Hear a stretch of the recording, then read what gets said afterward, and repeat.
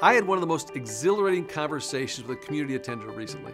Now this was a guy, he's done pretty well in business, but it's been the last few years he found his way back to God. He shows up every week and he says, every week I find myself getting emotional. And I'm really not an emotional guy. He loves the community. He's in a small group doing life together. He's found out he loves being generous. He's giving away more and more of what God's given him. And he's super passionate about the mission. In fact, so passionate, he's strategized about how he can spend more and more time on the mission and less time at work. Now, throughout our conversation, he kept using this phrase over and over again. He kept saying, I'm all in. Dave, I'm all in. He talked about his relationship with Jesus, and he said, I'm all in. We talked about the mission and wanting to spend more and more time on it. He just said, I just want to be all in. We talked about generosity and some of the initiatives we have coming up. He said, I'm all in. Finally, I got to the point where I had to stop him, and I said, did you know our theme for this next ministry year is all in? And he was like, I had no idea. But that's just how I feel. I'm all in. Well, if there was one phrase that I would like to describe this next ministry year, it's this phrase, all in. And here's why. I think God's looking for people who are all in. All in. Look what 2 Chronicles 16:9 says. It says, the eyes of the Lord search the whole earth in order to strengthen those whose hearts are fully committed to Him. Now, this scripture tells us something amazing about God, that He's always looking for people to strengthen. Another translation says, mightily support.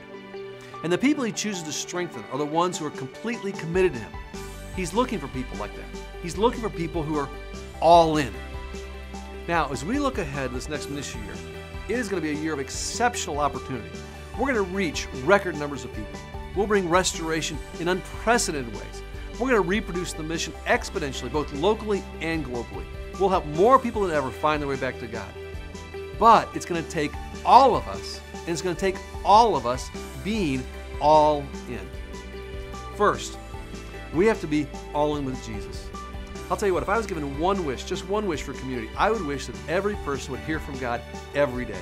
If every person heard from God every day and then lived it out, we would be all in with Jesus.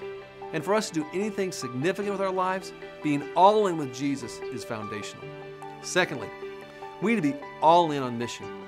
Last year, almost 3/4 of our small groups had a written mission statement and then were commissioned at a weekend celebration service.